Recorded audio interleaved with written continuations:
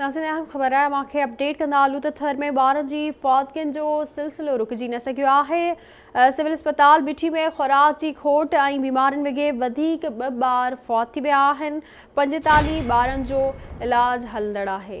अवां सां breaking news share पिया कयूं। थर में ॿारनि जी फ़ौतगियुनि जो सिलसिलो रुकिजी न सघियो आहे। सिविल अस्पताल मिठी में ख़ुराक जी खोट ऐं मुख़्तलिफ़ बीमारियुनि वॻे वधीक 2 ॿार फ़ौत थी विया आहिनि। वधीक तफ़सील मालूम कंदासीं आवाज़ न्यूज़ मिठी जे रिपोर्टर एजाज़ बजीर खां। जी एजाज़, छा अपडेट्स आहिनि? जी एजाज़, छा अपडेट्स आहिनि?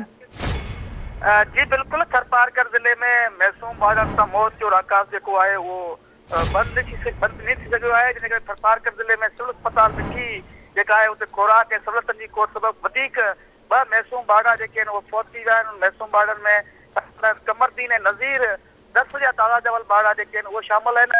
ऐं उन खां पोइ हीअ जेका साल जो पहिरियों ॾींहुं आहे उन पहिरिएं ॾींहं में तव्हांखे ॿुधायां त 2 ॿार जेके आहिनि उहे फ़ौत थी विया आहिनि। ऐं गुज़िरियल साल जेके तव्हांखे ॿुधायां त 771 ॿार जेके आहिनि उहे अजल जो शिकार बणिया हुआ। सिविल अस्पताल मिठी में मजमूई तौर ते जेका सहूलियतनि जी खोट जेका आहे उहा जीजोती बरक़रार आहे।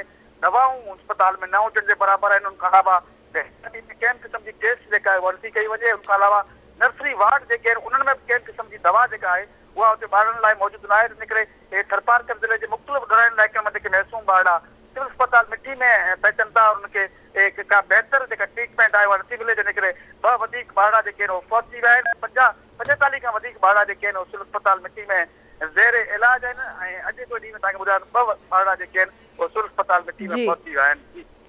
ठीक है, वरी महिरबानी मुंहिंजी एजाज़ अपडेट करण लाइ।